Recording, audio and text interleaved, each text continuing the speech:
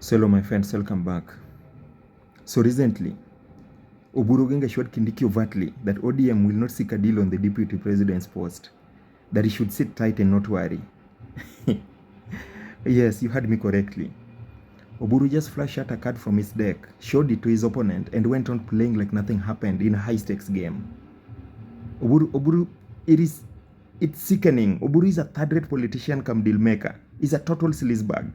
If they follow through on this outrageous proclamation, then it will be cataclysmic to the party. In fact, it is plausible that if anyone is selling the party, then it's Uhuru. Because the mere existence of a political party is to win power, hence form government. But why is Uhuru's position to the contrary? Here's the deal. To those who frequent this channel, you know that I'm a strong proponent of ODM going for the position of deputy president. Of course, it's a given because the president is the incumbent and is seeking re-election. But here's the catch. ODM is the biggest political party in their faction, and secondarily, President Ruto went begging for their support and not vice versa. My friends, that there is palpable bargaining chip, but Uhuru is squandering it like a Somali on welfare. And above all, any random fool on the streets knows that you win or lose a negotiation based on strength or lack thereof. Master negotiators or deal makers keep their cards so close to the chest that the heart doesn't know what the mind is thinking. But Uhuru just blew it. A total sleazebag. And speaking of deal makers for excellence, Donald Trump is a master deal maker. He's an insight into his technique. In a sense, he's one who gets frustrated when you don't pick up his calls. So he drops a metaphorical bomb in the room that makes you pick up the telephone. He shocks the system.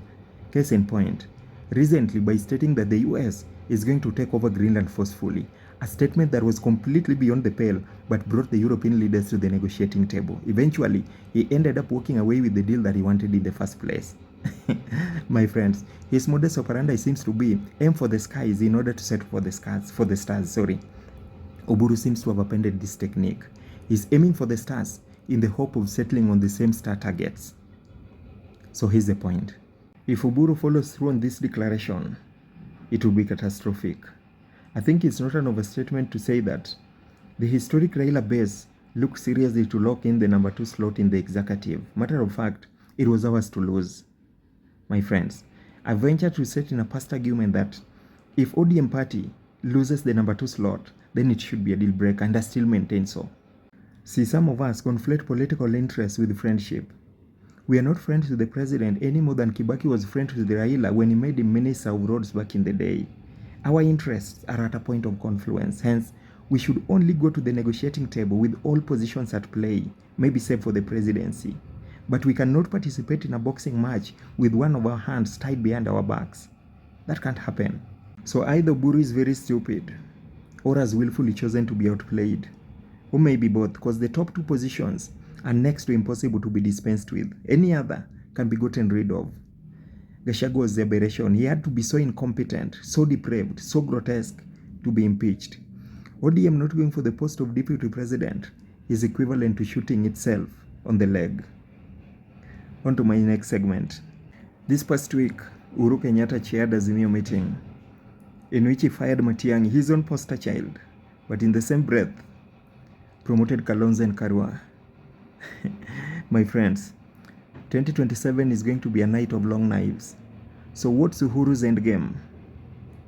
Here's the deal. Uhuru's latest political moves just corroborated my long-standing gut feeling that is fundamentally dictatorial. For those who frequent this channel, you've heard me make this argument time and again. Uhuru's political philosophy mirrors that of communist China before President Xi, in that you never see him coming. Much like the world never saw China's meteoric rise economically until it was a mega trend. So why Azimio, which to a larger extent is basically dead? The Azimio coalition is a shell of its former self. So why the sudden interest in it by Uhuru Kenyatta? Only one reason comes to mind: sabotage. Uhuru Kenyatta is not interested in empowering Kalonzo any more than he was interested in making Matiangi president. If Uhuru wanted to make any opposition figure president, he would have settled on Gachagua, who is the strongest. Then, he would consolidate the mountain parts of Nairobi and predominant Kikuyu precincts in the Rift Valley. Easy peasy. So, the follow-up question is, to what end is he sabotaging the two gentlemen? It's not coincidental that one particular politician has consistently benefited whenever Uhuru endorsed his supposed candidate of choice. In 2013, He promised to support Mudavadi for president, only to front Ruto as his running mate later that year. That was not coincidental. And in the last election cycle, Raila was his so-called preferred candidate of choice. But despite being the incumbent and having the financial wherewithal to make him president, Ruto jetted past the two-pass Raila and became the winner in that election. An election that Ruto's running mate then, Gachagua, has since confessed was rigged.